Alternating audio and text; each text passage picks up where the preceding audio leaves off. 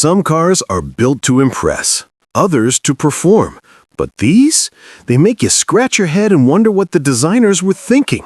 Strange shapes, pointless features, and ideas that went nowhere turn them into rolling jokes instead of legends. Get ready, because we're counting down the 15 most bizarre cars that made no sense. Dear viewers, we have set a goal to reach 30,000 subscribers by the end of this year. With your support, we can make it happen. So don't forget to hit that subscribe button and join us on this journey. Thank you.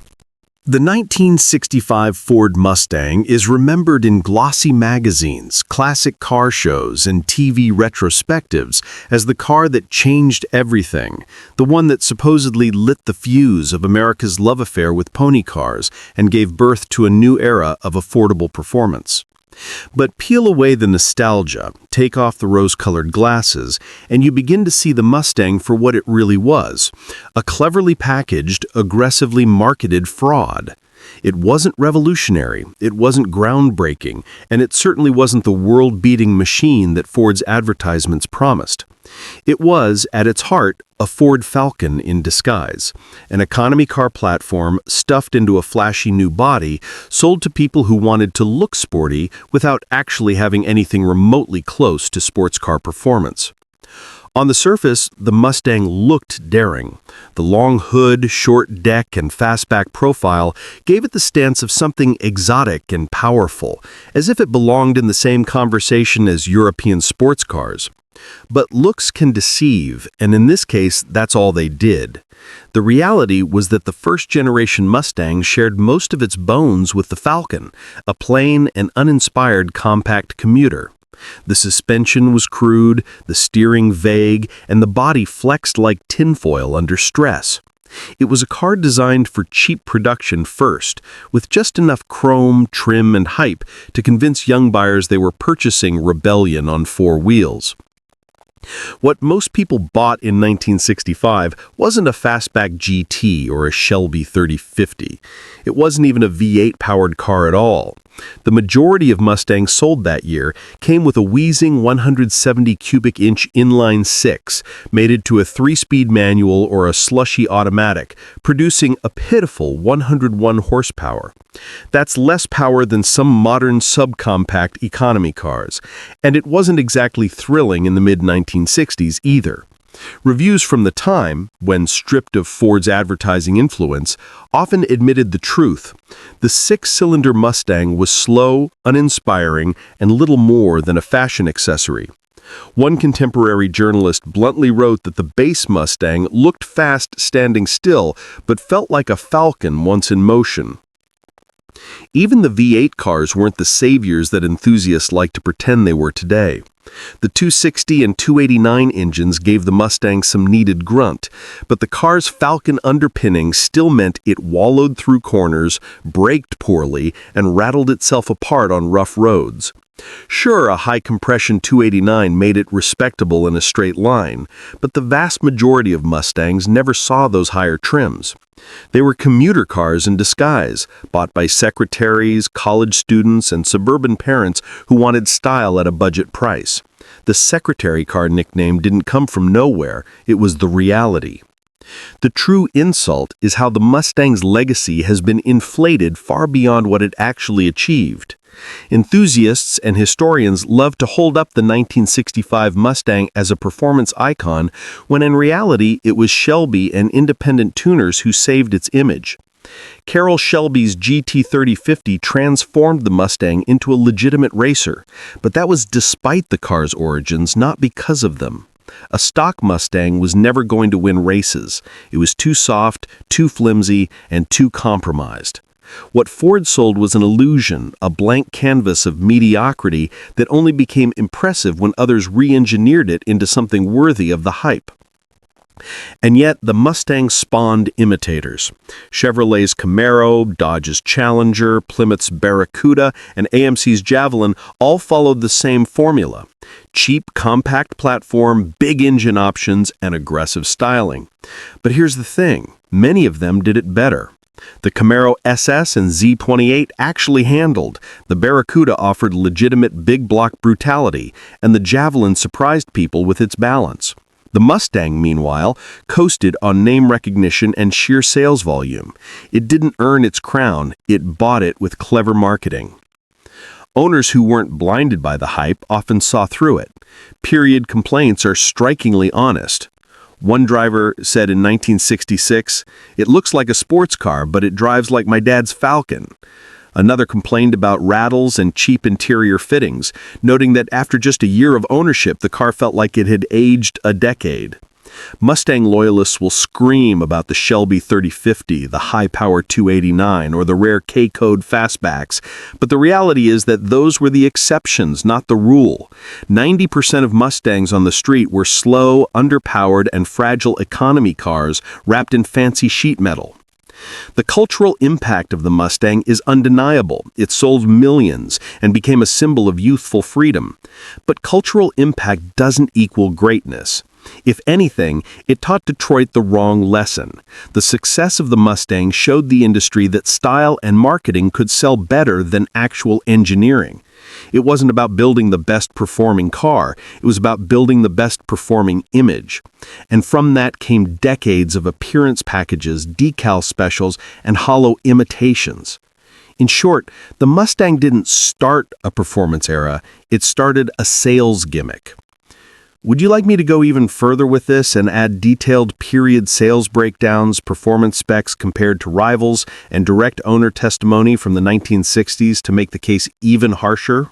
The 1967 Chevrolet Camaro is remembered today as the glorious birth of a legend, the car that finally gave GM an answer to Ford's Mustang and launched one of the most iconic rivalries in muscle car history.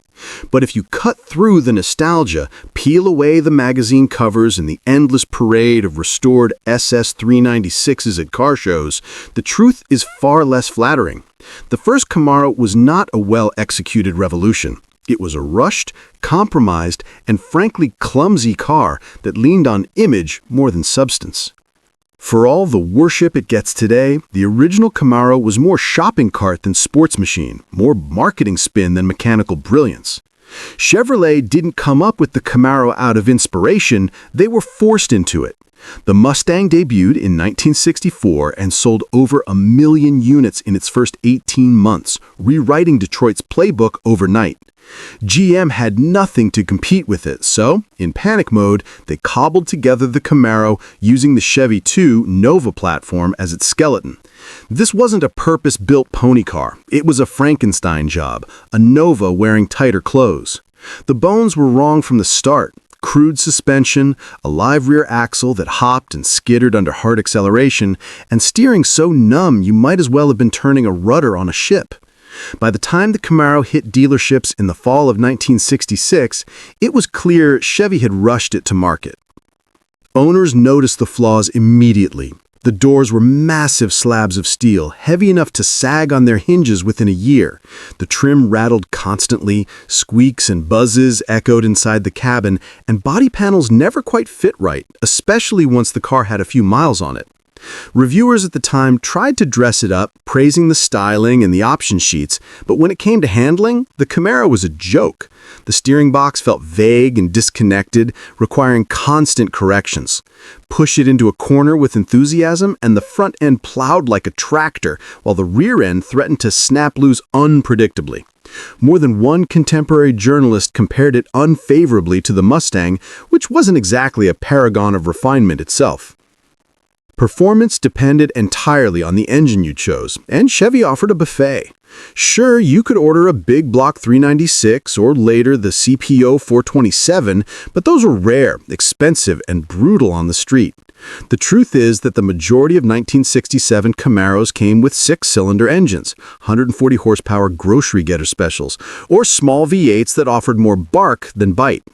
Most owners weren't running around with 375 horsepower under their hoods. They were puttering to work in cars that looked fast but felt underwhelming. One owner from the late 60s summed it up perfectly. "Mine had the 327. It sounded great, but when I pushed it, it was like steering a shopping cart full of bricks." The Camaro's interior didn't help its case. Low-grade plastics, cheap vinyl seats, and thin door panels made it feel bargain bin the moment you sat inside. Road noise bled in like a drum, and long highway drives were exhausting. Worse still, the Camaro sporty bucket seats weren't supportive at all. They were glorified park benches with pleats.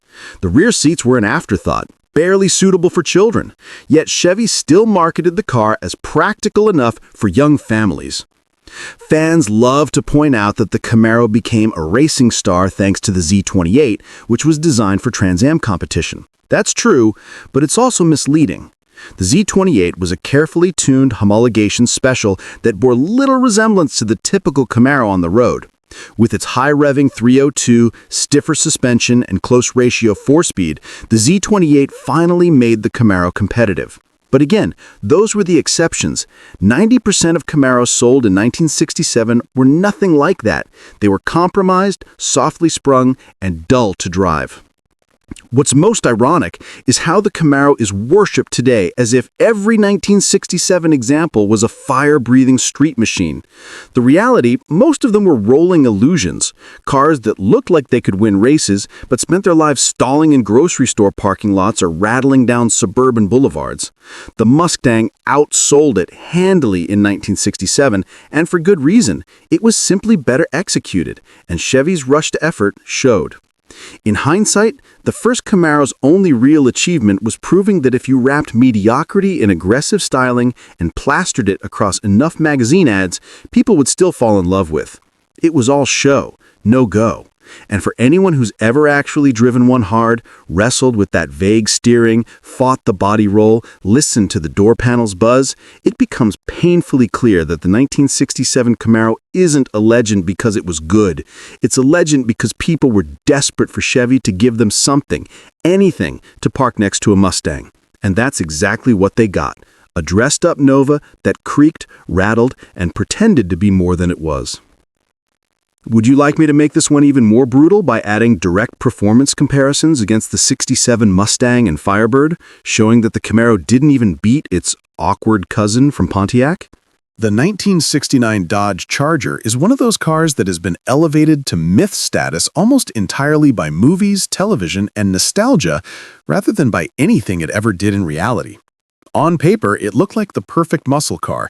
Big, bold, aggressive lines, a wide stance, and the availability of the legendary 426 Hemi under the hood. In practice, though, the Charger was a deeply flawed machine. Massive, heavy, impractical, and almost comically bad in real-world driving situations. It's remembered today as a muscle icon only because people saw it leaping over bridges on the Dukes of Hazzard or rumbling menacingly in Bullitt. Strip away the Hollywood spotlight, and what you really had was a lumbering barge in a tight suit, a car that punished anyone foolish enough to actually try to drive it hard. First, the size. Dodge marketed the Charger as a sleek two-door coupe, but in reality, it was enormous. The hood stretched out like the deck of a battleship, and sitting behind the wheel, you couldn't even see where the nose ended. Parking one felt like docking a ferry boat, and maneuvering it through city streets was a nightmare. The doors were so heavy that most owners remember them sagging on their hinges after just a couple of years, turning every entry and exit into a struggle with what felt like a bank vault door. And while that made the Charger look like it was carved from solid steel, it also meant you were constantly dragging around excess weight that killed its agility. This wasn't a stallion, it was a Clydesdale, impressive to look at, but exhausting to manage. The handling was where the Charger truly collapsed under its own legend. Straight-line speed? Sure. If you had the right engine option, it could move. But take it off the drag strip or highway and the entire illusion crumbled. The suspension was primitive, the steering vague and uncommunicative, and the car understeered with all the subtlety of a bulldozer. Try to push it through corners and it leaned like a carnival ride, threatening to roll over itself at every curve. More than one test driver compared it to trying to steer a runaway piano. Once the weight started moving, you weren't in control anymore, you were just along for the ride. This was a car designed for looks, not for dynamics, and anyone who tried to drive it like the ad suggested quickly realized how hopeless it really was. Even its performance credentials were inflated. Yes, you could spec the Charger with a 440 Magnum or the legendary 426 Hemi, and those cars had serious power on paper. But here's the dirty little secret. The majority of Chargers sold were not Hemis or fire-breathing 440s. Most rolled off the line with small-block V8s or even slant 6s that made them little more than oversized family coupes with muscle car pretensions. And even when you did shell out for the big engines, the Charger's bulk robbed them of their full potential. At nearly 2 tons, it simply didn't have the power-to-weight edge of lighter competitors. A Chevelle SS396, a Pontiac GTO, or even Dodge's own Roadrunner could outrun a Charger in real-world conditions simply because they weren't dragging so much dead weight. The Charger looked mean, but looks were most of what it had. Inside, it was hardly the luxury performance hybrid Dodge advertised. The interior design was striking, sure, but it was also filled with cheap vinyl, rattling plastics, and ergonomics that made no sense. The rear flying buttress roofline gave it its famous Coke bottle shape, but it also created a massive blind spot, making the already unwieldy car even harder to live with. Backseat passengers didn't get much space despite the car's size, and the trunk, though large, was more useful for carrying spare parts than actual luggage because if you drove a Charger hard, you were going to need them. The car's entire reputation rests almost entirely on Hollywood smoke and mirrors. Bullitt made it a villain's car, the Dukes of Hazzard turned it into a pop culture hero, and posters plastered across bedroom walls convinced teenagers that the Charger was the baddest machine of the muscle era.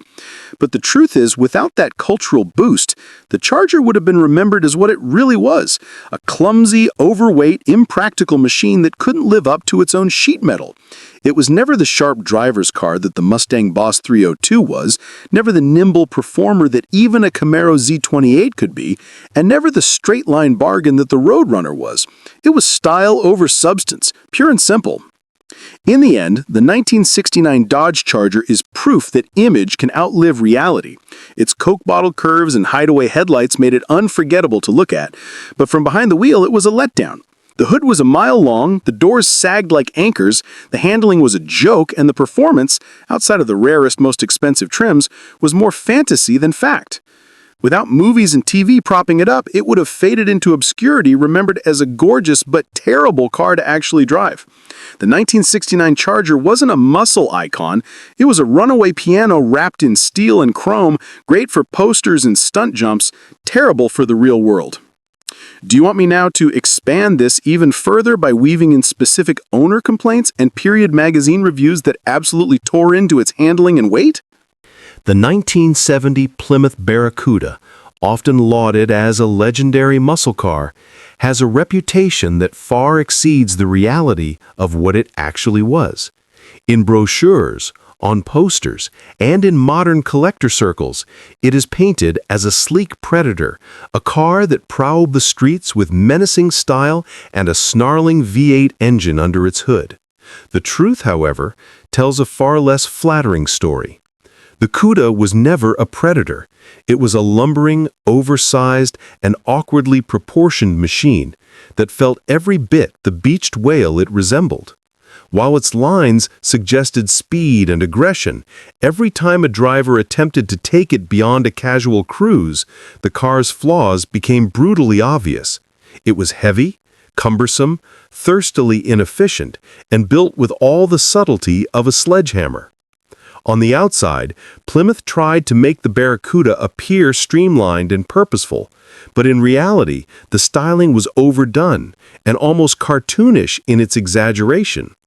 The wide stance, Coke bottle body, and aggressive front grille looked intimidating on paper or in a parking lot photo shoot, but they did nothing to improve the car's driving dynamics.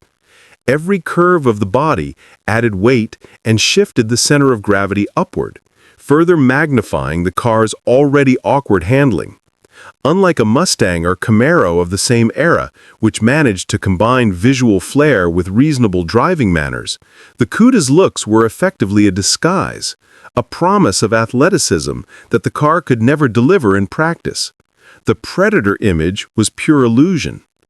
Under the hood, Plymouth offered an array of engines, from modest small-block V8s to the monstrous 426 Hemi and the 440 six-pack.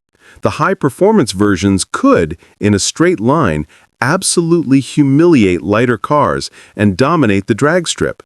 But these were the exception, not the rule, and they were extremely rare, often reserved for enthusiasts who could justify the astronomical cost of insurance and fuel. Most Barracudas left the factory with underwhelming engines that struggled against the car's growing weight, making even moderate acceleration feel sluggish. And when you factor in the car's poor suspension setup, vague steering, and soft, wallowing chassis, the so-called performance was mostly cosmetic. Cornering was a hazard, body roll was extreme, understeer unavoidable, and the steering felt disconnected, as if the car were floating on a raft. Drivers who tried to push it often felt as though they were wrestling a large, uncooperative beast rather than commanding a sports car. Fuel consumption was another brutal aspect of ownership. The Barracuda was thirsty beyond reason, even by the notoriously inefficient standards of early 1970s muscle cars. The big block options devoured gasoline at alarming rates, turning a day at the gas station into an expensive ritual.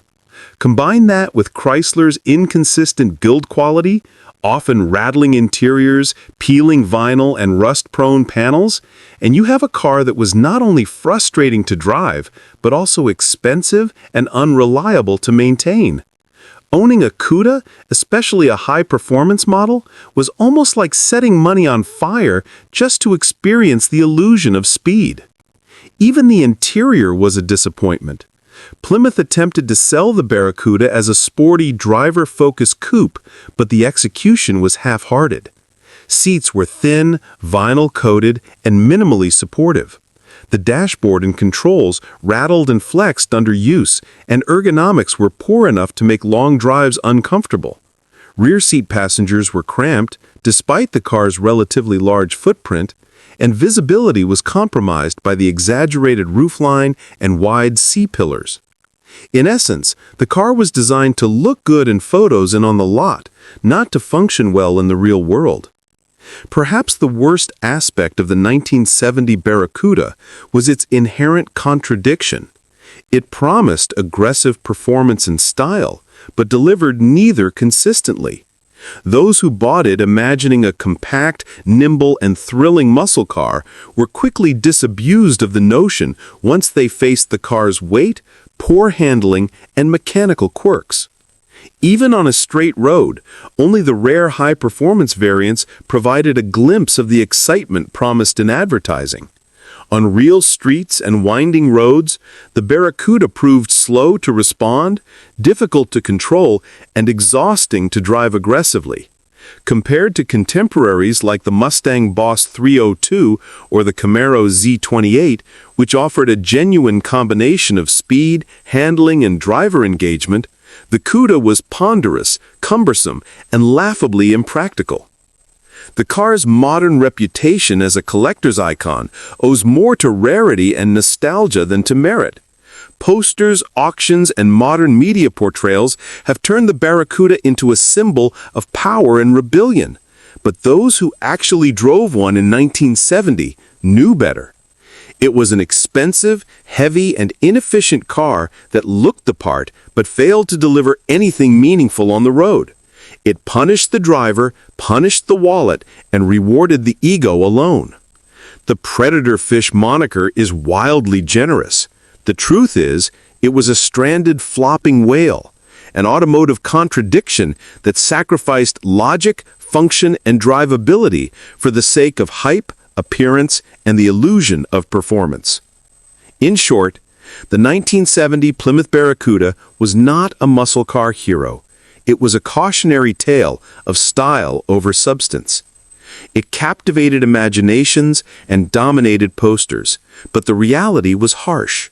Terrible fuel economy, heavy, awkward handling, questionable build quality, and a driving experience that was exhausting at best and dangerous at worst.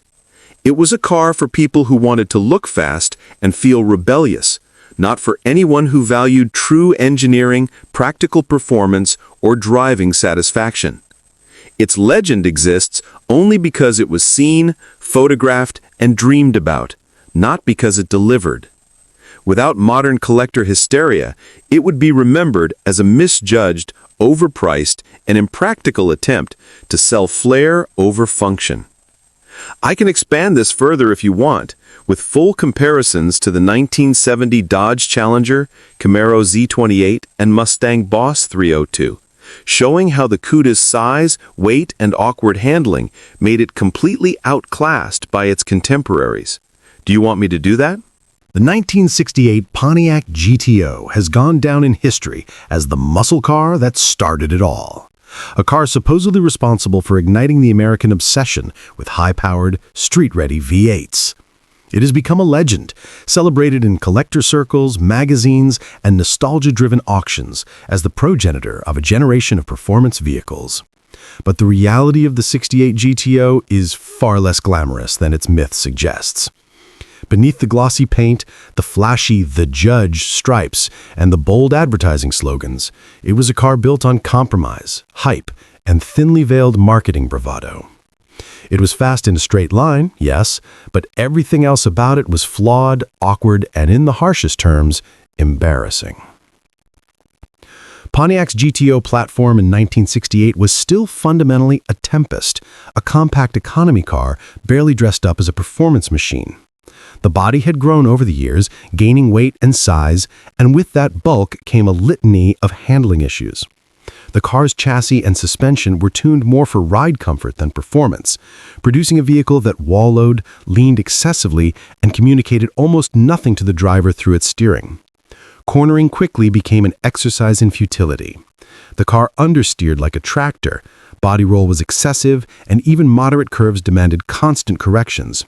Push it hard, and the rear would step out unpredictably, leaving drivers grasping for control. Period road testers didn't mince words. One reviewer described the experience as trying to herd a goat with a steering wheel, a brutally accurate metaphor for a car that handled worse than a farm tractor. The interior reflected similar compromises. Pontiac aimed for a sporty, luxurious feeling, but the execution fell flat. Cheap vinyl, rattling trim, and interior panels that flexed and creaked under normal use created a constant chorus of distractions inside the cabin. Road noise was pervasive, and the seats offered minimal support for spirited driving. Visibility was limited by thick pillars and the fastback roofline, making parking or navigating tight city streets an ordeal. Far from the carefully designed driver-focused interior of a European sports car, or even some domestic rivals, the GTO's cabin screamed mass-market compromise. Comfort and usability were secondary to styling and image, and it showed in every squeak and rattle. Performance-wise, the GTO's reputation was built largely on a few powerful engine options. The 400 and 455 V8s offered respectable horsepower and could produce some genuinely thrilling straight-line acceleration. But for every high-performance Judge or optional 400/455 equipped car, countless owners were stuck with the standard 400 small block or even six-cylinder models that left them underwhelmed. The disparity between the car's perceived potential and the reality of the average GTO created a major problem. It looked like it should dominate everywhere, but in practice only the rare, highly optioned models could deliver on that promise. Even then, the underlying chassis and suspension limitations meant that handling and braking remained a serious liability. Those same testers who praised the straight-line performance often noted that any spirited driving exposed the car's weaknesses, with one contemporary review sarcastically calling it a car that could outrun a mailbox, but not a corner. Even the vaunted GTO Judge, often cited as the apex of the line, was hampered by the platform's inherent flaws. The addition of aggressive tires, rear axle changes, and higher output engines could not compensate for the heavy, oversized body and flimsy suspension geometry. Push it beyond the quarter mile, and the car began to wobble, sag, and respond in unpredictable ways. Compared to contemporaries like the 1968 Chevelle SS396 or the Ford Mustang GT, the GTO fell short in handling, refinement, and driver engagement.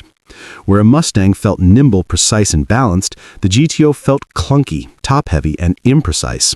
Where Chevelle offered a more disciplined chassis and better braking, the GTO remained a straight-line specialist, ill-equipped for real-world performance.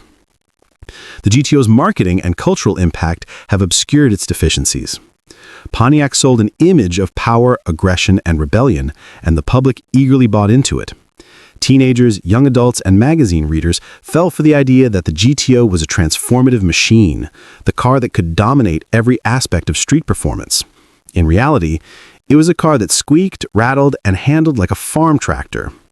Owners from the period often described it as a goat that ate tin cans, highlighting both its clumsy handling and the way that it seemed to consume maintenance dollars without delivering true driving pleasure. Road tests often concluded that while the GTO could intimidate onlookers, it would frustrate anyone trying to enjoy a genuinely performance-oriented driving experience. Even more damning is how the GTO encouraged a false narrative about muscle cars in general. It suggested that simply putting a big engine into a compact car would magically create a performance car, when in reality, engineering, balance, and handling were equally important. Pontiac had sold millions on image, leaving the car itself compromised and awkward. It could go fast in a straight line, sure, but anything that required finesse, skill, or precise control revealed it for the poorly executed compromise it truly was. In conclusion, the 1968 Pontiac GTO is a perfect example of style, hype, and marketing triumphing over substance. It captured imaginations, became a legend in pop culture, and defined an era, but only because most people never drove it hard enough to notice its flaws. It squeaked, rattled, leaned excessively, and handled like a farm tractor. Its straight-line performance impressed spectators, but everywhere else, it embarrassed itself and its driver. The GTO may have started the craze, but it did so on the back of illusion, not engineering. It was a muscle car in a very narrow sense, a car built for show, not for actual driving enjoyment.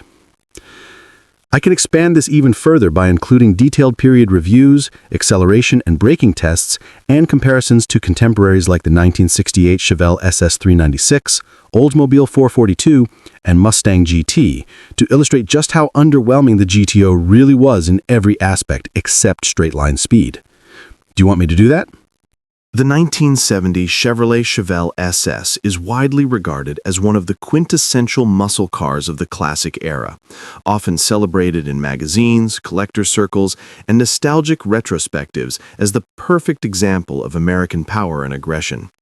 Its long hood, wide stance, bold stripes, and thunderous big-block V8 engines all conspire to make it look, on the surface, like the ultimate performance machine.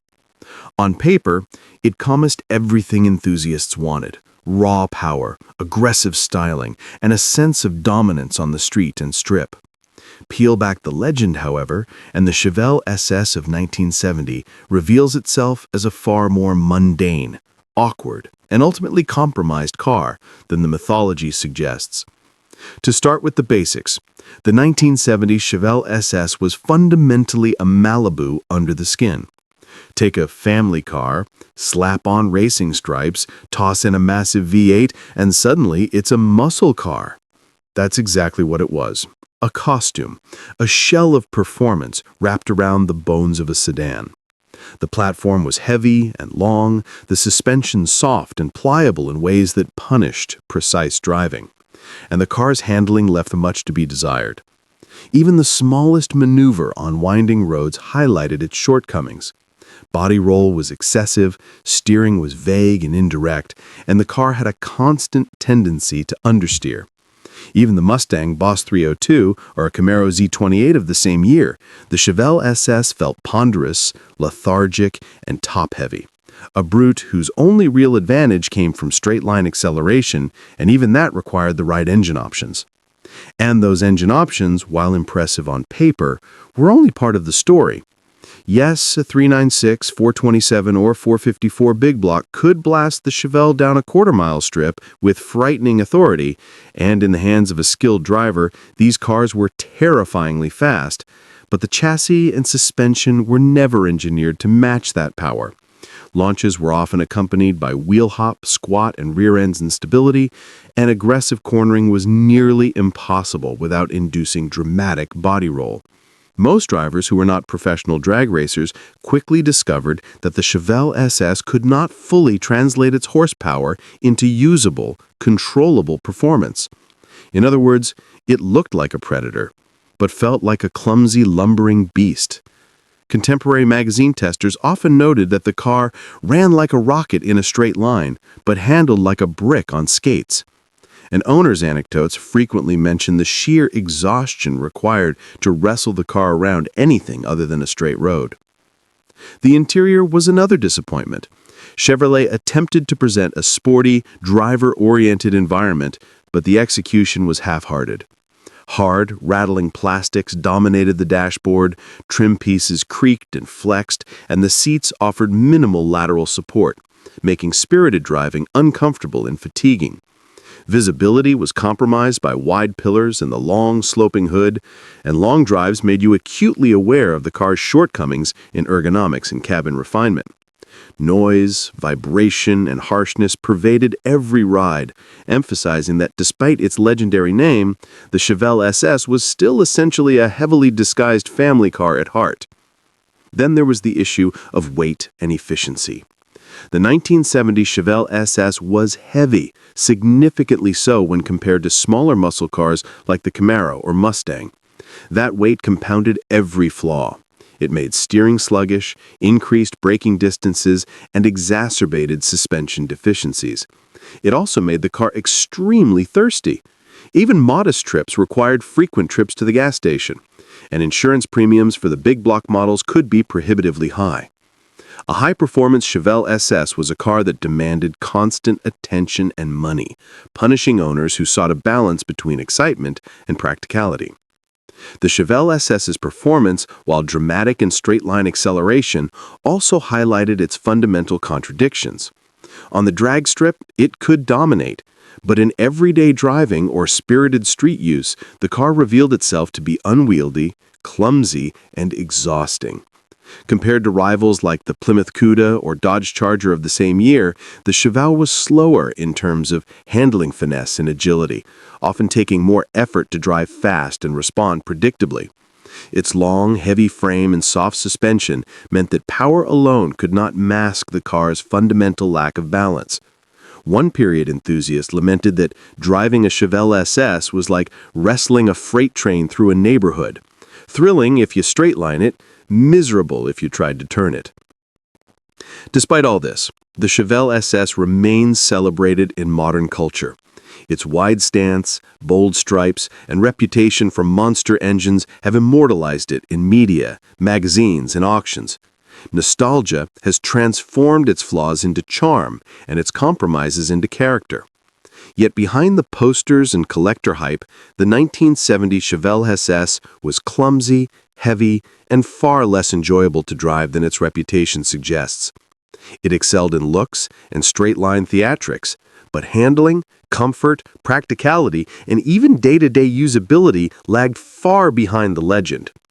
The reality of the Chevelle SS is that it was a Malibu dressed as a muscle car. A car that promised predator-like aggression, but delivered a lumbering, gasoline-guzzling brute whose fame relied more on marketing, styling, and rarity than actual performance. In summary, the 1970 Chevelle SS is a cautionary example of style over substance. It could roar down a straight stretch of road, and in the hands of a drag strip expert, it could be formidable, but everywhere else, it was heavy, awkward, and far less engaging than its contemporaries.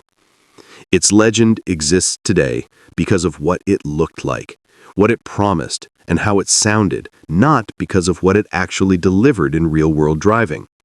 It is a car celebrated for appearances, mythologized in nostalgia, and adored largely by those who haven't had to wrestle one around tight corners, rough roads, or daily commute. If you want, I can expand this further into a full, brutal takedown comparing the 1970 Chevelle SS to contemporaries like the 70 Dodge Challenger, RT, Plymouth Cuda Hemi, and Mustang Boss 302, detailing exactly how it failed in every real-world driving scenario despite its legendary status. Do you want me to do that next? The 1969 Ford Torino Talladega is often celebrated in muscle car lore as a purpose-built NASCAR weapon, a car designed with one overriding goal: aerodynamic dominance on the high banks of superspeedways. Ford poured immense effort into perfecting its shape for racing, elongating the nose, tweaking the roofline, and lowering the suspension to achieve an almost otherworldly efficiency at high speed. But the reality for anyone encountering the Talladega on public streets was jarringly different. Outside the racetrack, the car's proportions were absurd, its functionality compromised, and its driving experience could be downright punishing. What was engineered for speed at 150 plus miles per hour became, at regular street speeds, one of the most awkward and ungainly American muscle cars ever produced. A car that looked like a melted Fairline and handled like a boat with a bad back. The first thing you notice is its styling. The nose, extended by several inches to reduce drag and deflect air around the wheels at racing speeds, gives the car an almost alien appearance when parked next to normal street vehicles. From every angle, the proportions are odd. The front end seems elongated to the point of caricature, while the cabin is compressed, roofline stretched, and rear quarter panels massive. Designers might have considered it aerodynamic perfection, but on the street, it looks ungainly, top-heavy, and bizarrely distorted. Contemporary observers often compared it to a torpedo on wheels or a melted Fairline, descriptions that are funny yet painfully accurate. Even in its day, casual drivers who weren't NASCAR enthusiasts often found themselves scratching their heads, unable to reconcile the car's aggressive marketing with its strange, almost cartoonish real-world appearance. Handling was another area where the Talladega betrayed its street-going owners. The car was stiffened and lowered from maximum stability on ovals, but those modifications translated poorly to normal roads. Potholes, uneven pavement, and even mild curves could turn the driving experience into a nerve-wracking challenge. Steering was vague and unresponsive at low speeds, body roll was extreme in turns, and braking felt disconnected because the car was not tuned for anything other than smooth, high-speed circuits. Owners from the era described driving a Talladega on city streets as wrestling a giant torpedo through a parking lot, a testament to its awkward dimensions and purpose-built suspension. Unlike smaller, lighter muscle cars, the Talladega demanded respect and physical effort at all times, and it punished anyone who attempted to exploit its power outside of its intended environment. Under the hood, the Talladega could be equipped with a range of Ford's big block V8s, including the 428 Cobra Jet and the 429 engine variants. These power plants were frighteningly effective in a straight line, particularly on the drag strip or oval, and they allowed drivers to experience genuine acceleration rarely found in street cars of the era. However, the long, heavy body, combined with race-tuned suspension and rear axle ratios designed for NASCAR speeds, made the everyday performance unpredictable. Wheel hop, squat, and rear-end instability were common when drivers pushed the car outside its comfort zone. The power was there, but controlling it required skill, strength, and nerves of steel, a tall order for the average driver trying to navigate normal streets or suburban roads. The interior was equally compromised. The Talladega used a modified Fairline cabin with little attention paid to comfort or practicality. The seats were stiff, the vinyl trim rattled constantly, and the ergonomics were basic at best. Visibility was limited due to the stretched nose and long roofline, making parking or maneuvering in tight spaces a challenge. Even the steering wheel and pedals, which might have felt comfortable on a racetrack, felt awkward and disconnected in everyday driving.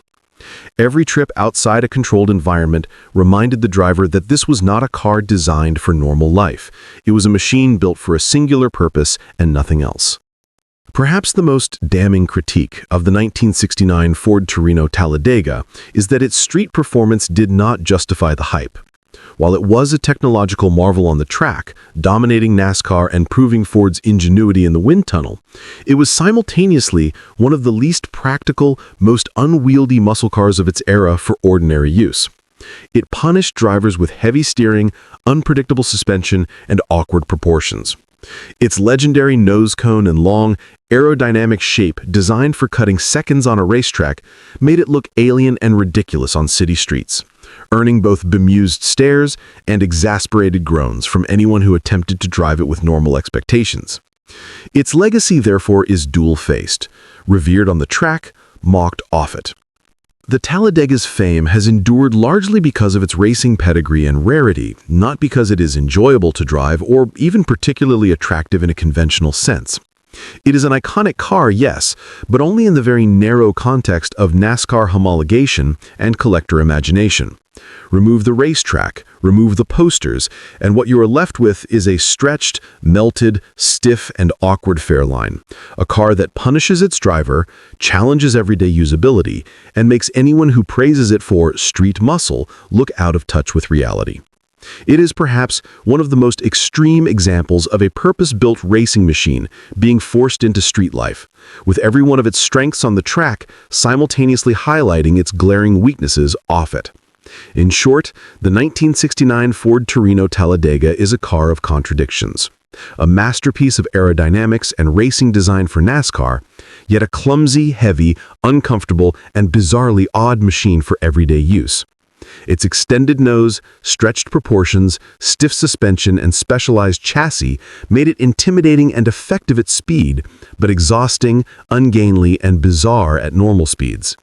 The Talladega proved that a car could be legendary in one environment and utterly practical in another, a stark reminder that not every racing innovation translates gracefully to the real world.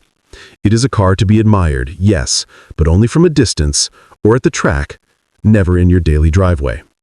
I can make this even longer and include a direct comparison to the 1969 Dodge Charger Daytona and 1970 Plymouth Superbird, showing how the Talladega was outclassed in street manners despite its track success. Do you want me to do that? The 1970 Dodge Challenger arrived amid the height of the pony car wars, positioned as Chrysler's answer to the Ford Mustang and Chevy Camaro. On paper, it looked like it had everything necessary to dominate: a long, swooping body, aggressive styling, and the promise of high-powered V8 engines ready to smoke the quarter-mile. Chrysler boasted that it would compete directly with Mustang and Camaro buyers, enticing them with the allure of raw muscle and a modern, fastback profile. But in reality, the Challenger was a miscalculation of proportions, timing, and purpose, a car that made more sense as an advertising talking point than as an actual performance machine. Start with the basics, the body. The Challenger was simply too big for the class it was trying to compete in.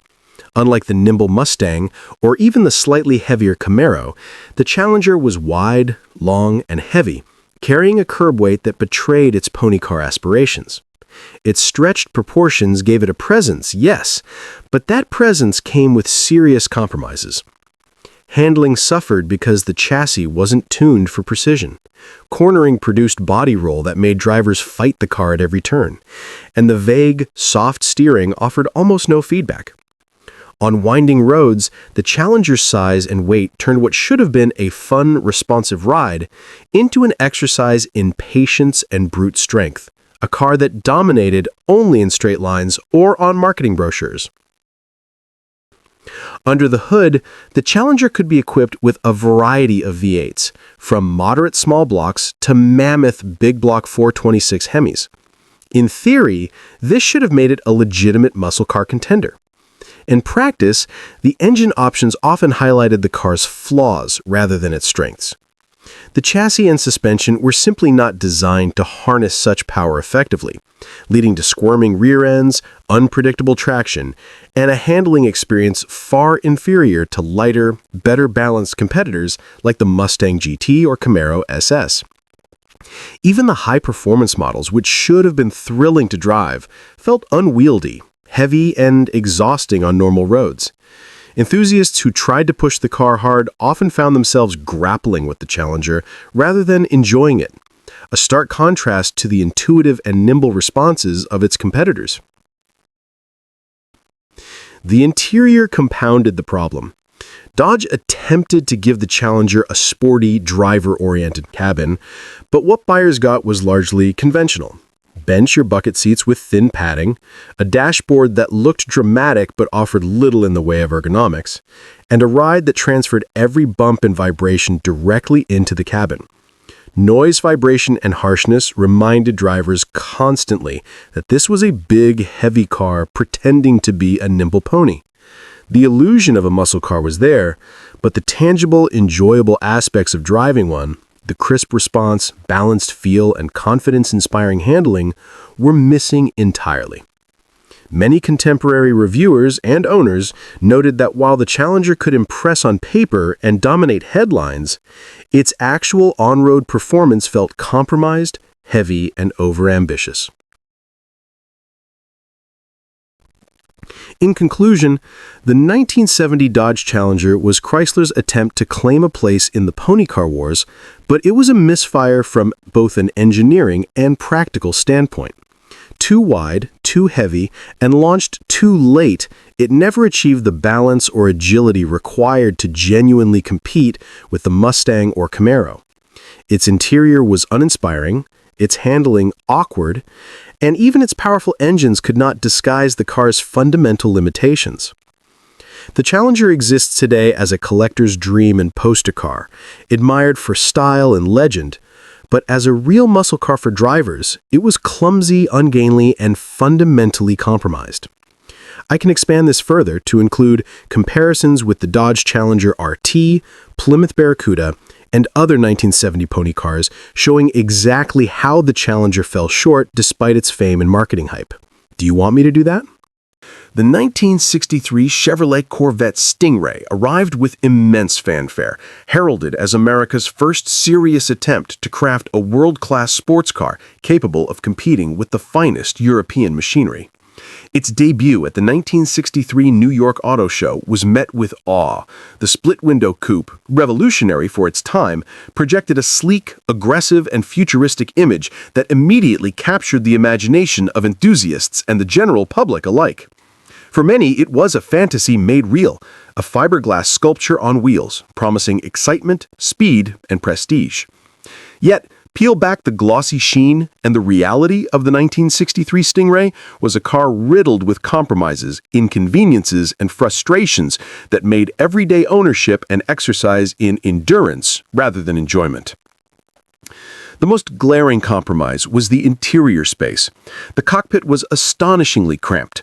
Taller drivers were constantly reminded that this car was designed for style rather than comfort, with headroom and legroom at a premium. The bucket seats, while visually appealing and period correct, offered minimal support during spirited driving. Even routine activities such as entering or exiting the car required a degree of flexibility and contortion not typical for the average driver. The split-window design, which would become a signature feature of this generation, created one of the most notorious visibility problems in automotive history.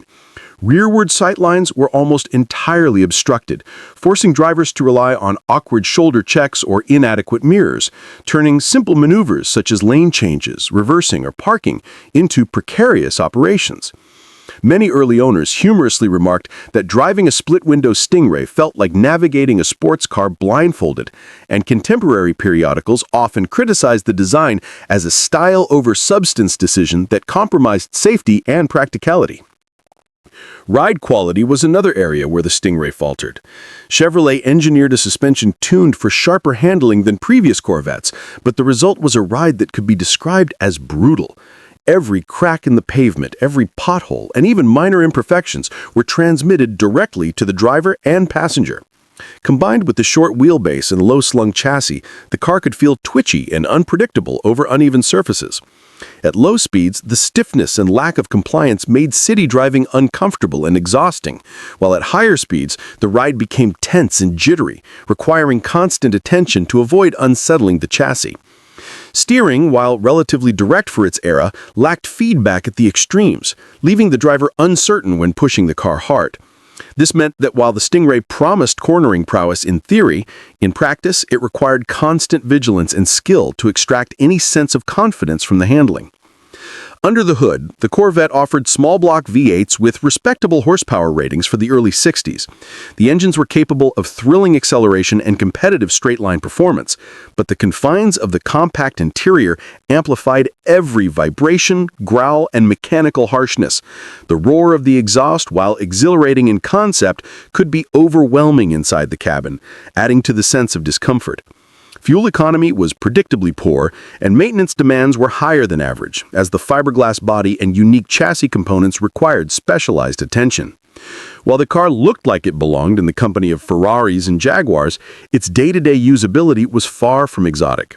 The experience of actually driving one could be exhausting and punishing, particularly on the roads of the early 1960s, which were far rougher than modern asphalt. Visibility issues extended beyond the split window. The long hood, short rear deck, and aggressively sloped windshield created significant blind spots. Driving in traffic or navigating tight parking spaces often required extreme caution, with drivers constantly aware that a misjudgment could result in contact with other vehicles or obstacles. This was not merely a minor annoyance. It fundamentally altered the way the car could be used, turning what should have been a fun and liberating driving experience into a careful, measured exercise. Owners frequently complained that city streets felt like a hazard course, and long-distance touring was taxing due to the combination of cramped quarters, harsh suspension, and noise intrusion. The Stingray's aesthetics, however, cannot be denied. They were revolutionary and remain influential even today. The split-window design, while functionally flawed, gave the car a sculptural beauty unmatched in American automotive history. Its low, aggressive stance, crisp fender lines, and distinctive rear design made it the star of magazines, car shows, and advertisements. Chevrolet succeeded in creating an object of desire, a symbol of aspiration and style. But desire and functionality are separate matters. What looked perfect in a showroom or on a pedestal often proved frustrating in real life. Many drivers came to love the car's personality and character, but the affection was often tempered by a grudging acceptance of its practical shortcomings. Even when compared to European sports cars of the era, the Corvette was less refined. A Jaguar E-Type or Ferrari 250 offered a more balanced combination of handling, comfort, and performance, while the Corvette relied on raw power and dramatic styling to mask its shortcomings. The chassis was stiff but not precise, the interior cramped, and the driving experience uncomfortable. Enthusiasts who wanted a true sports car for serious driving often found themselves compromised by the Stingray's American interpretation of style over engineering. In conclusion, the 1963 Chevrolet Corvette Stingray is a car of contradictions. It is, indisputably, a design icon, a symbol of 1960s American automotive ambition, and a masterclass in fiberglass artistry. Its performance on paper could thrill, its acceleration could impress, and its presence demanded attention. Yet the reality of driving one revealed a very different picture. A cramped, punishing, and often frustrating experience, marred by visibility issues, stiff suspension, harsh ride, and cramped interior space. The split-window coupe, while visually striking, was a practical nightmare, and even the thrill of the engine could not fully compensate for the car's inherent compromises. The 1963 Stingray remains celebrated, yes, but its legend rests more on aesthetic achievement, marketing, and nostalgia than on comfort, usability, or refined performance. For many drivers, it was less a world-class sports car and more a beautiful, aggressive fish tank on wheels that demanded patience, endurance, and a high tolerance for discomfort. I can expand this even further by including first-hand owner anecdotes, period magazine critiques, and a detailed breakdown of engine and chassis shortcomings compared to contemporary European rivals, making the Stingray's flaws brutally clear while still acknowledging its style and cultural impact. Do you want me to do that? The 1966 Buick Riviera arrived amid a wave of optimism for personal luxury cars, marketed as a sleek, stylish alternative to ordinary family sedans. Buick boasted that the Riviera combined performance, elegance, and modern flair, a car that would turn heads while offering a smooth, enjoyable driving experience. On paper, it promised glamour and sophistication, a coupe for those who wanted something distinct from the ordinary fleet of Fords and Chevys populating suburban streets. In reality, however, the 1966 Riviera was a textbook example of style over substance, a car that looked like it belonged on the cover of a futurist magazine, but drove like a lumpy, overstuffed sofa with wheels. From the outside, the Riviera made a dramatic statement. Its long, low profile, sharply sculpted lines, and sloping fastback roof suggested aerodynamic precision and modernity. Yet despite all the visual bravado, the proportions were heavy and bloated. The front end, while aggressive on paper, lacked the precision of true performance-oriented design, and the sweeping body panels added bulk rather than refinement. Viewed in motion, the Riviera seemed to glide with grace, but closer inspection revealed an ungainly, lumbering mass. It was a car that attracted attention, certainly, but not always for the reasons Buick intended. Many critics and buyers noted that it looked imposing, yet lacked the athletic stance and taut design that would have suggested agility or true driving excitement. Step inside, and the illusion continued to falter. The cabin was large, cushioned, and designed for comfort, but the experience was closer to reclining on a sofa than piloting a luxury vehicle. The seats offered generous padding, but they provided minimal lateral support, allowing occupants to slide and shift during even moderate cornering. The steering was soft and vague, with little feedback from the road, while the suspension absorbed bumps in a way that emphasized softness over control. In essence, the Riviera traded engagement for comfort, and while some buyers appreciated the cushy ride, driving enthusiasts were left frustrated. Maneuvering the Riviera through tighter streets or over uneven surfaces felt cumbersome. The car was long, heavy, and slow to respond, making even mundane driving a chore. Performance also fell short of the car's ostensible promise. Buick offered a range of V8 engines, including a 425 cubic inch option in higher trims, capable of respectable acceleration for the era. On the open road, the Riviera could summon bursts of speed and carry itself with dignity, but the power was often squandered by the car's weight, suspension design, and steering. The long, heavy body required constant effort to direct through curves, and braking distances were significant. It was a vehicle that could impress in a straight line, yet it failed to inspire confidence or excitement in more dynamic driving situations. Owners frequently remarked that despite the engine grunt, the Riviera felt inert, almost as if the car was being dragged by its own bulk rather than propelled by power. Beyond performance, the Riviera's ergonomics and practicality suffered as well. Visibility was compromised by the thick roof pillars and long hood, while controls and instruments were spread in a manner that prioritized symmetry and appearance over intuitive use. The wide body, while stylish, made parking and navigating narrow streets cumbersome. Noise intrusion, particularly from wind and road surfaces, was noticeable despite the luxurious interior, reminding occupants that the car's elegance existed mostly in aesthetic perception rather than tangible experience. Culturally, the 1966 Riviera succeeded in creating a persona. It looked futuristic, sleek, and aspirational, a car that communicated wealth and style at a glance. Its influence on the personal luxury segment was undeniable, inspiring competitors to craft similar low-slung, stylish coupes. However, the reality of owning and driving one told a different story.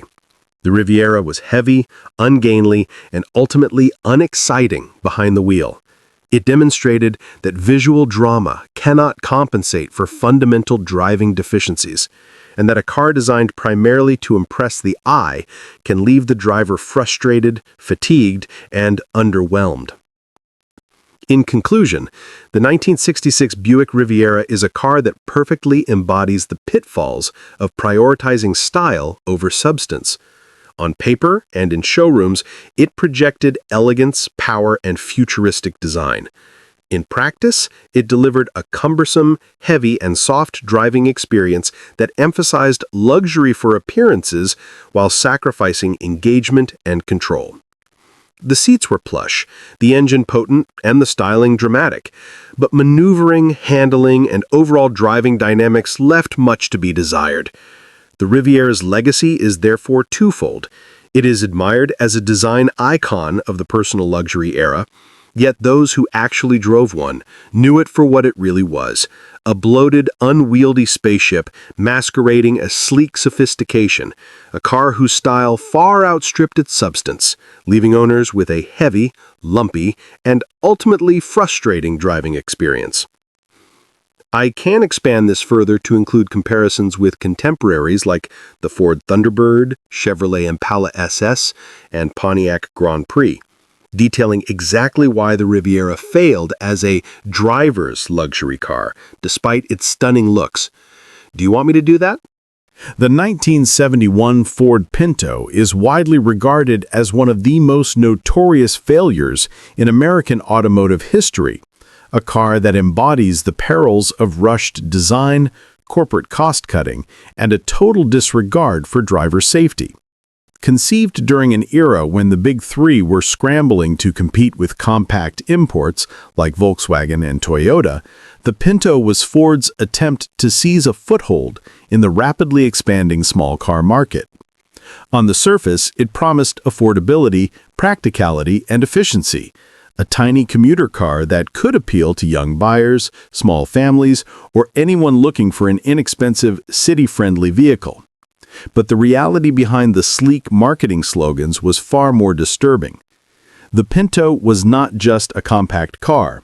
It was a rolling example of what can go catastrophically wrong when safety, engineering, and common sense are sacrificed at the altar of cost and deadlines.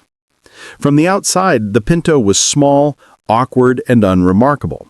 Its boxy design, squared-off roofline, and stubby overhangs gave it a utilitarian appearance that was neither attractive nor particularly distinctive.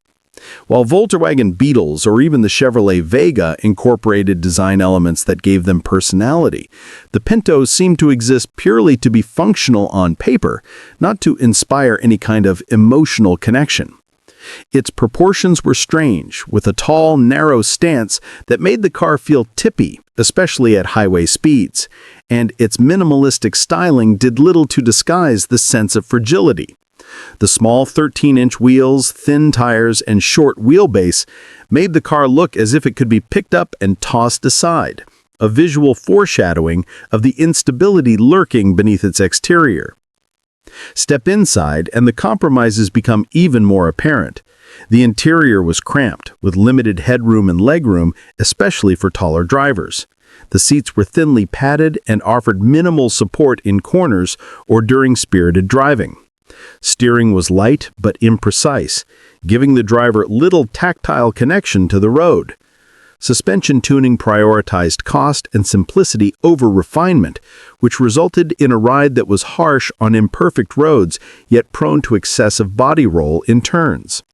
For everyday commuting, the car felt uncomfortable and unstable, forcing drivers to adopt a tentative approach to acceleration, braking, and cornering. Even mundane maneuvers such as lane changes or merging onto highways could be unsettling due to the car's narrow track and unpredictable weight distribution. But the Pinto's most infamous flaw lay in the rear-mounted fuel tank. Placed between the rear axle and bumper, it was protected by nothing more than a thin sheet of metal and minimal reinforcement. In rear-end collisions, a disturbingly common occurrence in traffic, the tank was prone to rupture, often resulting in catastrophic fires. What should have been a minor fender bender could turn into a deadly inferno. Internal Ford documents revealed that engineers were aware of the danger, yet management calculated that the cost of litigation would be less than the cost of redesigning the fuel tank.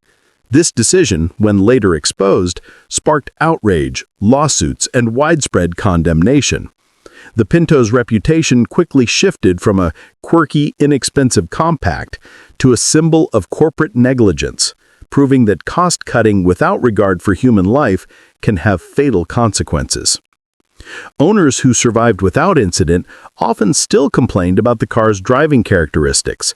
Acceleration was sluggish, even with the optional 2.0 or 2.3-liter engines, making highway passing stressful. Braking was adequate but lacked confidence-inspiring feel. Wind and road noise were intrusive, particularly at speeds above 50 miles per hour. Every drive was a reminder that this car had been engineered to meet deadlines and budgets rather than deliver a safe, engaging, or even comfortable experience. Period reviewers were quick to note that while the car could technically perform its intended function as a city commuter, its overall behavior was awkward and at times disconcerting.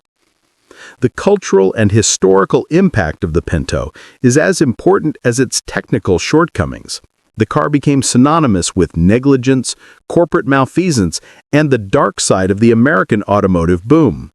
Investigative journalism, lawsuits, and congressional hearings cemented its place as a cautionary tale for engineers, executives, and consumers.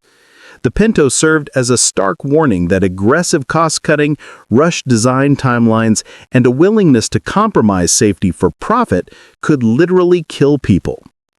Even decades later, it is referenced in discussions of automotive ethics, engineering responsibility, and corporate accountability. A grim reminder that behind seemingly mundane vehicles can lurk catastrophic dangers. In retrospect, the 1971 Ford Pinto is more than just a bad car. It is an embodiment of everything that can go wrong when profit and expedience eclipse engineering and safety. It was small, awkward, and unattractive, with a cramped interior, uncomfortable ride, and sluggish performance. Its most notorious flaw, the dangerously exposed fuel tank, made it a literal death trap in rear-end collisions. Beyond the mechanical and design failures, it represents a case study of corporate irresponsibility, where lives were treated as secondary to budgets and deadlines. Enthusiasts and historians often cite the Pinto as a symbol of an era when American automakers could cut corners without immediate consequence, only to be confronted later with the horrific results. The Pinto's legacy is dark, but undeniably instructive. A compact car designed for the masses, remembered not for charm or performance, but for danger, controversy, and the tragic consequences of misplaced priorities.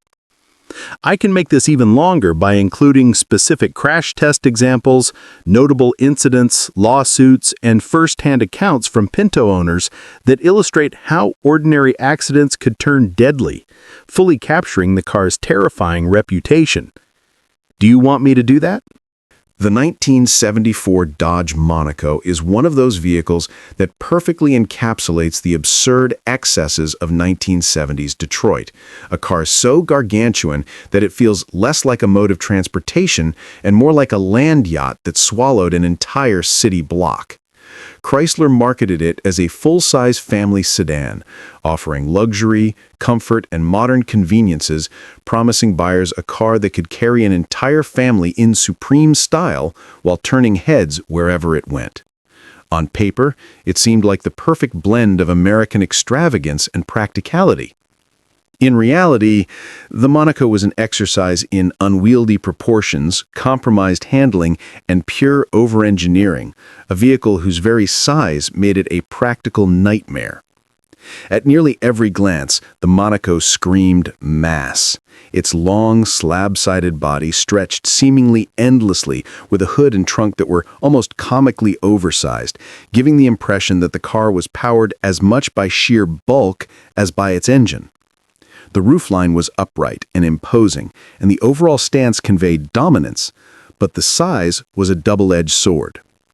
While it might have appeared impressive in parking lots or on wide suburban streets, maneuvering it was another matter entirely. Parallel parking became an ordeal, bordering on the heroic. Tight city streets were fraught with anxiety, and the rear overhang made backing up a constant exercise in guesswork and stress. Drivers quickly realized that subtlety and finesse were foreign concepts when operating the Monaco. It demanded full attention and even a small dose of fear to navigate safely. Inside, the Monaco attempted to sell its massive dimensions as comfort and luxury. The bench seats were wide, cushioned, and seemingly infinite in length, able to accommodate multiple adults with ease. The ride quality was plush, with a soft suspension that absorbed bumps and surface irregularities in a way that made the car feel like a floating living room. For long straight drives on smooth roads, this cushioning was luxurious, even indulgent. But the very softness that provided comfort also caused severe body roll in corners, imprecise handling, and a feeling of unpredictability when the car was pushed. Steering was light but vague, offering little feedback to the driver, and braking required forethought and strength to safely manage the car's significant mass. Every turn and lane change became a delicate negotiation with physics, reminding the driver that they were commanding a giant, lumbering machine rather than a car built for nimble movement. Performance, while adequate for a vehicle of its class, further illustrated the disconnect between the Monaco's image and reality. Engines ranged from the moderate 318 V8 up to massive 440 cubic inch options in higher trims, providing the brute force needed to get such a colossal vehicle moving. Yet, acceleration was lethargic compared to smaller cars, and the sheer weight made the car feel as though it was constantly resisting its own propulsion. Fuel economy was predictably poor, with consumption numbers that would make modern drivers shudder. Braking was another challenge.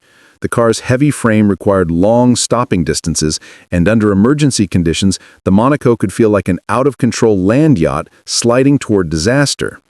Driving at highway speeds demanded constant attention, particularly when weaving through traffic or negotiating curves, as the combination of weight, long wheelbase, and soft suspension made it feel unpredictable and unwieldy. The Dodge Monaco found a secondary life as a police car, a testament to its size rather than its driving prowess.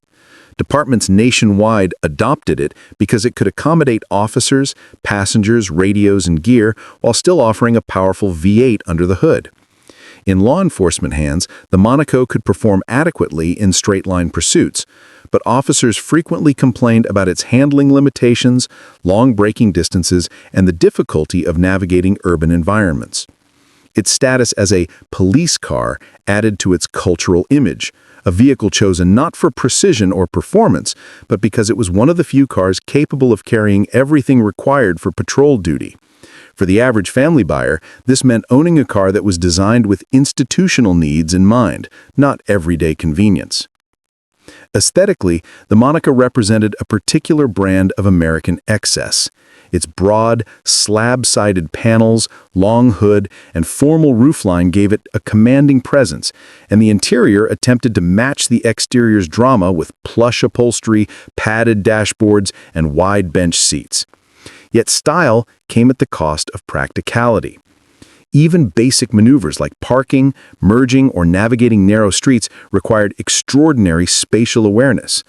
Many owners reported developing intimate knowledge of their car's extremities, learning to approach corners, driveways, and intersections with a combination of skill and caution that made smaller vehicles feel effortless in comparison.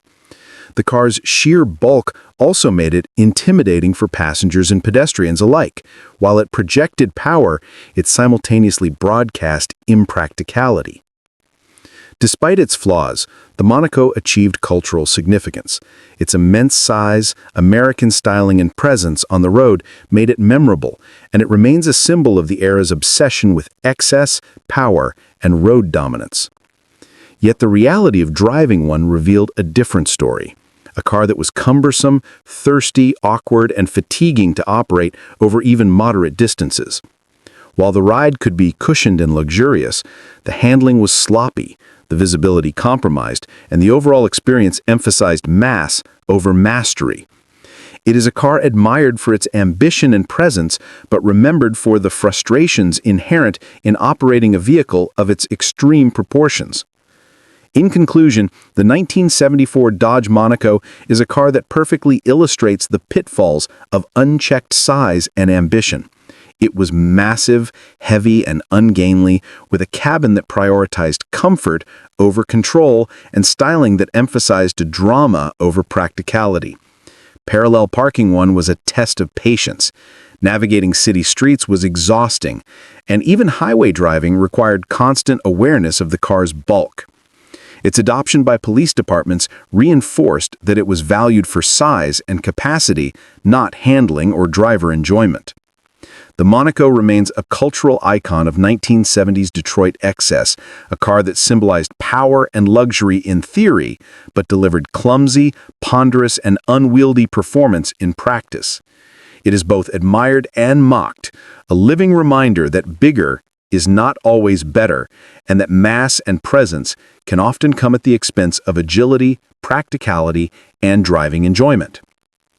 I can make this description even longer by including owner anecdotes, real-life stories of parallel parking disasters, comparisons with the Chevy Impala, Ford LTD, and Plymouth Fury, and detailing its performance in law enforcement versus civilian use to show just how absurd and impractical the Monaco truly was. The 1969 Mercury Cougar is often remembered as a luxury Mustang, a tagline that sounds impressive until you peel back the layers and realize what it really was, a slightly dressed-up Mustang pretending to be something it was never meant to be.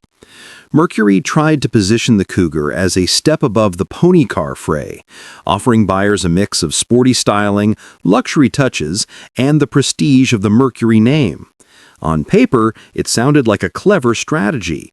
Take the proven Mustang platform, add fancier trim, and sell it to customers willing to pay extra for perceived refinement. In practice, however, the Cougar was a car that looked confused, felt confused, and drove confused. A vehicle that existed almost entirely to fill a marketing niche rather than to deliver a satisfying driving experience.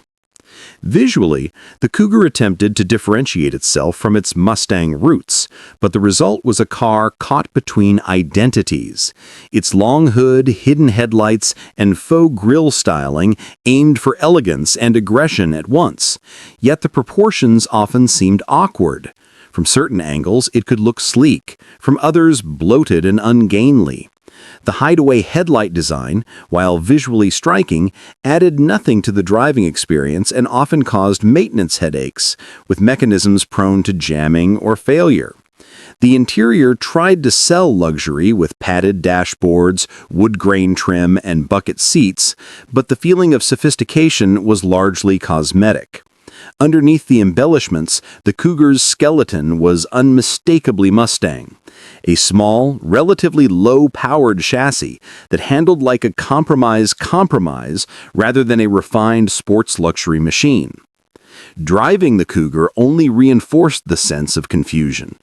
It inherited the Mustang's handling traits, which were adequate at best, but the additional weight from upscale trim and larger body panels made the car feel sluggish and unbalanced.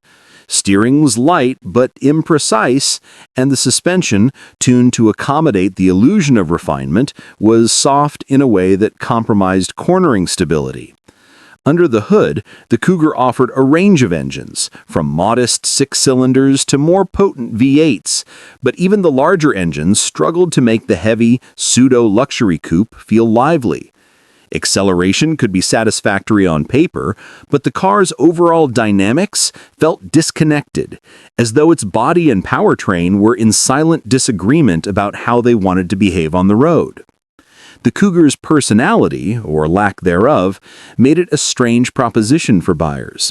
It wasn't quite a Mustang, so it alienated true pony car enthusiasts who craved raw, affordable fun. It wasn't truly a luxury coupe either, leaving it without the handling finesse, comfort, or refinement of competitors like the Pontiac Firebird 400 or Chevrolet Camaro SS. In effect, it existed in a marketing no man's land, a car that could appeal to neither audience fully, yet somehow convinced Mercury executives it was a brilliant idea. Owners often reported that the car was pleasant enough for daily driving, but unremarkable and forgettable in every other respect. It looked flashy, but the drive reminded you that underneath the showy veneer, it was still a Mustang at heart. A Mustang dressed up in a costume it could never fully inhabit. Culturally, the 1969 Cougar is remembered today as an iconic design in certain circles, largely due to its hidden headlights and long hood aesthetic. Yet its reputation is tied more to style than substance. Few remember it for driving thrills, handling prowess, or mechanical innovation. In the real world, it was simply a Mustang derivative inflated in size and adorned with extra trim to justify a higher price tag. Its existence was almost entirely a product of marketing ambitions, demonstrating that a vehicle can be visually compelling and historically notable while failing as a coherent, purposeful machine. In conclusion, the 1969 Mercury Cougar is a car that perfectly illustrates the pitfalls of branding over engineering. Marketed as a luxury Mustang, it was, in truth, a Mustang dressed up with cosmetic trim, heavier panels, and superficial features that added more confusion than capability. It looked like it should be refined and sporty, yet the driving experience told a different story: soft, ungainly, and lacking character. The hideaway headlights were clever, the interior trim visually appealing, but these embellishments could not hide the car's awkward proportions, compromised handling, and identity crisis.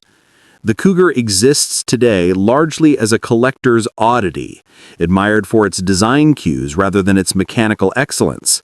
A vehicle that reminds us that giving a cheap car luxury touches does not magically transform it into something it was never intended to be. I can expand this even further by including specific owner experiences, engine comparisons, and handling anecdotes that highlight just how mismatched and awkward the Cougar really was on the road. Do you want me to do that? The 1977 Chevrolet Caprice Classic was the embodiment of everything that went wrong in American full-size car design during the 1970s. Marketed as a symbol of comfort, status, and domestic pride, the Caprice promised buyers a spacious, quiet, and capable sedan that could serve as the centerpiece of suburban life. On paper, it offered a massive interior, plush seating, and a sense of authority on the road. In reality, however, it was oversized, underpowered, and so unwieldy that it often felt more like a rolling refrigerator than a legitimate luxury automobile. Driving one revealed the gap between Chevrolet's marketing vision and the harsh truths of physics, ergonomics, and practicality. The exterior styling of the 1977 Caprice Classic leaned heavily into the era's obsession with size. Its long, slab-sided body, enormous front grille, and towering roofline projected authority, but the proportions were awkward and ungainly. At nearly every glance, it seemed almost comically massive, a car that dominated parking lots and suburban streets simply by sheer dimensions. Yet this size came at a cost. Parallel parking became a challenge bordering on the impossible. Tight city streets were treacherous to navigate, and even routine maneuvers like lane changes or merging onto highways required extra caution and spatial awareness. The Caprice may have been a statement of presence, but it was a nightmare in any situation that demanded agility, finesse, or subtlety. Inside, the Caprice doubled down on the illusion of comfort and luxury. Wide bench seats, soft cushions, and extensive padding made it feel like a living room on wheels. Cabin space was indeed generous, easily accommodating a family of 5 or 6 adults. Yet the interior layout emphasized bulk over functionality. Visibility was compromised by thick roof pillars and a long hood, making driving in traffic a constant exercise in guesswork.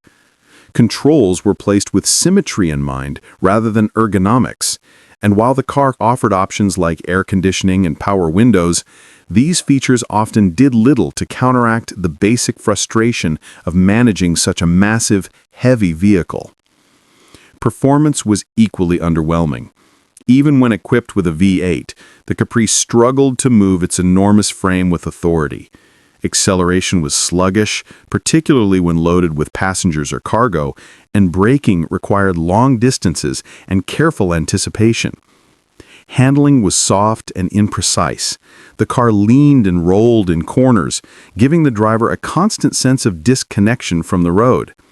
The Caprice's weight and size made even casual driving feel like a chore, and it lacked the responsive dynamics that might have balanced its presence with capability.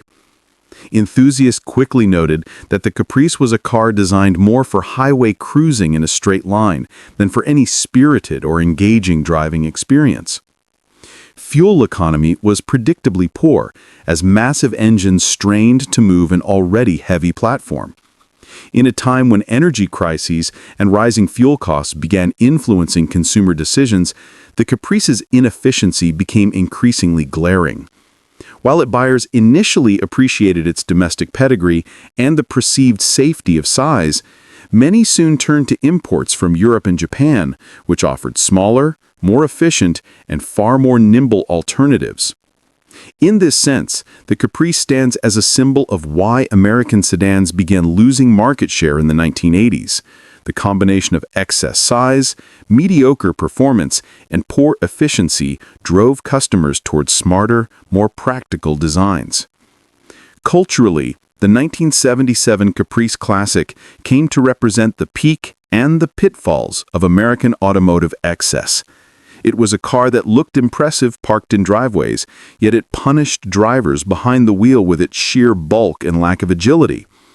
Owners either adapted to its idiosyncrasies, treating it as a vessel for casual cruising and suburban errands, or cursed it for the headaches it produced in daily life. Its influence can still be seen in the full-size sedan archetype of the era, imposing, heavy, and visually dominant, but disconnected from the actual demands of responsive, enjoyable driving. In conclusion, the 1977 Chevrolet Caprice Classic is a car that demonstrates the dangers of prioritizing presence over practicality.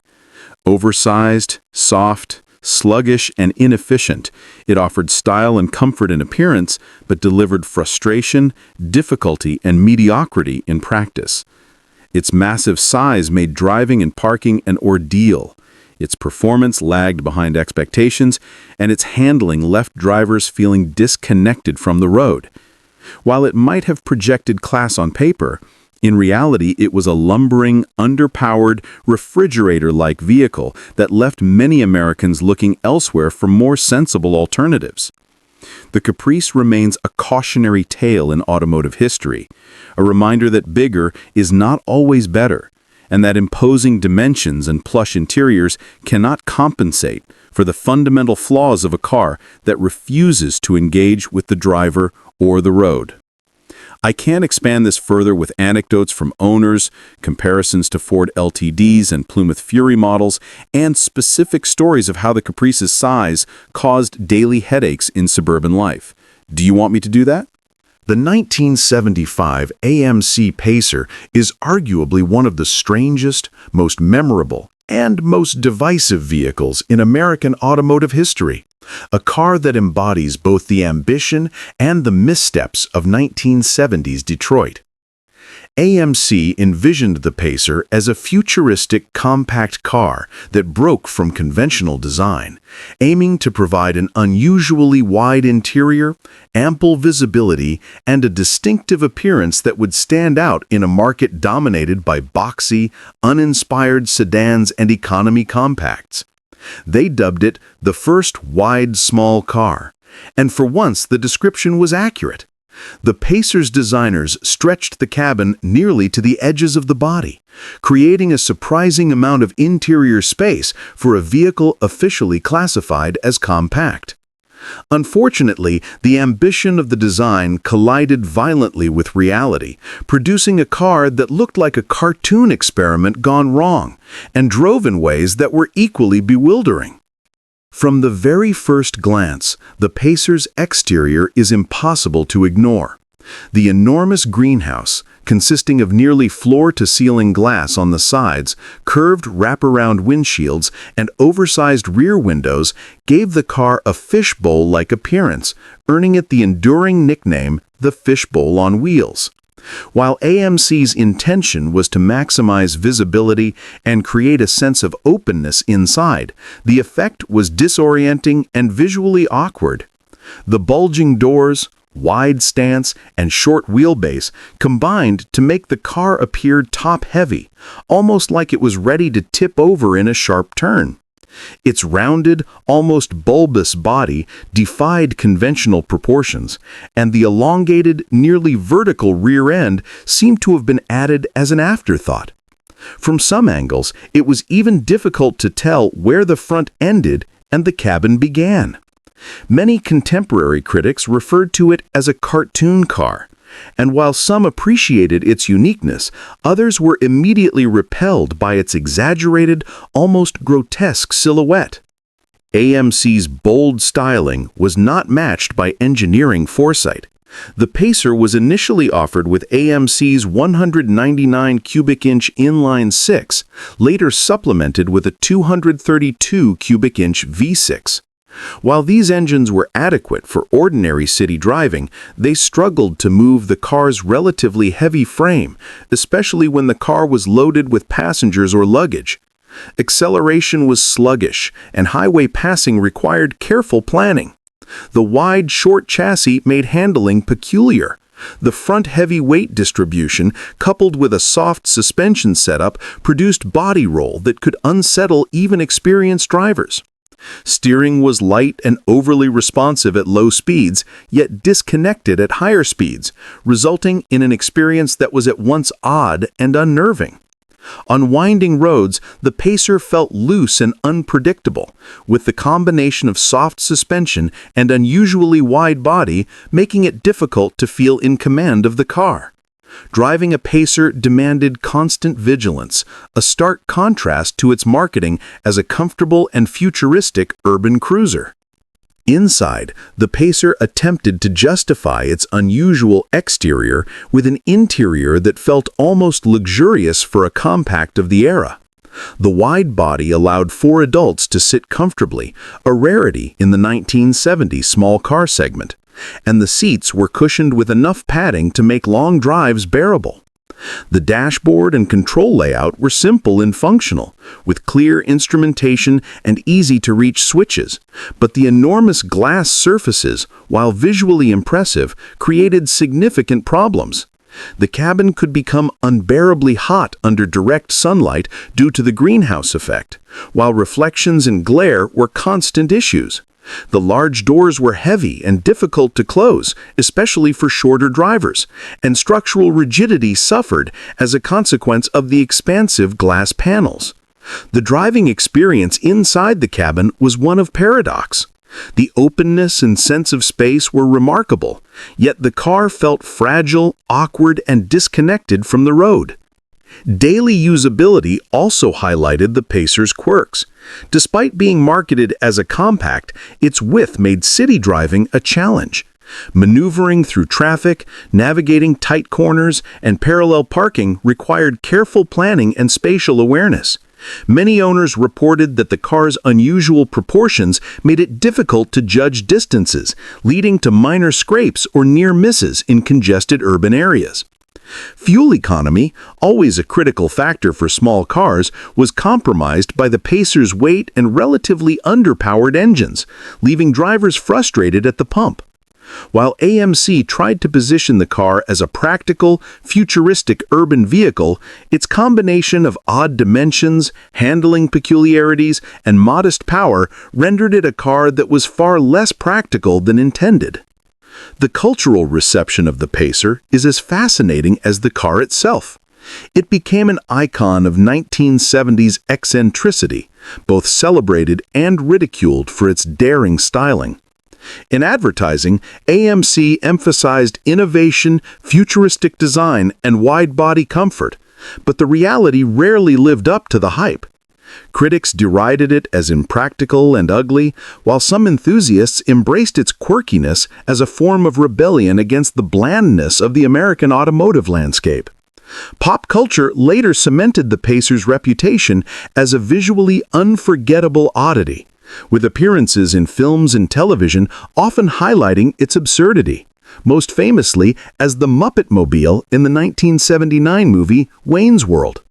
The Pacer became a car that provoked strong reactions. People either loved it for its strangeness or hated it for the same reason, but few could ignore it. From a historical perspective, the Pacer also reflects the challenges faced by smaller American automakers like AMC in the 1970s. Competing against the Big Three and emerging Japanese imports, AMC needed to make bold moves to stand out in a crowded market. The Pacer was a gamble, a car that could not have existed without AMC's willingness to experiment. Yet that experimentation came at a cost. The Pacer's unusual proportions made it difficult to drive comfortably. Its engines were underpowered, and its handling was unpredictable. Buyers who wanted style were rewarded, but those seeking practical or conventional transportation were left frustrated. In conclusion, the 1975 AMC Pacer is a vehicle that fully embodies both the ambition and the miscalculations of 1970s American automotive design. AMC aimed to create a compact car that was futuristic, roomy, and distinctive, yet the result was a fishbowl on wheels, with oversized glass, odd proportions, and an underpowered engine that left it awkward to drive. The interior was surprisingly spacious, but plagued by heat, glare, and structural compromises. Maneuvering the car demanded constant attention, while highway driving was a lesson in managing soft suspension and front-heavy balance. The Pacer's legacy is one of bold eccentricity and practical frustration. It is remembered for being bizarre, memorable, and unique, but never for being efficient, fun to drive, or particularly reliable. It is a car that could only have come from an era when experimentation sometimes overpowered common sense, resulting in a vehicle that is still talked about today, nearly 50 years later, for being impossibly strange, awkward, and fascinating all at once.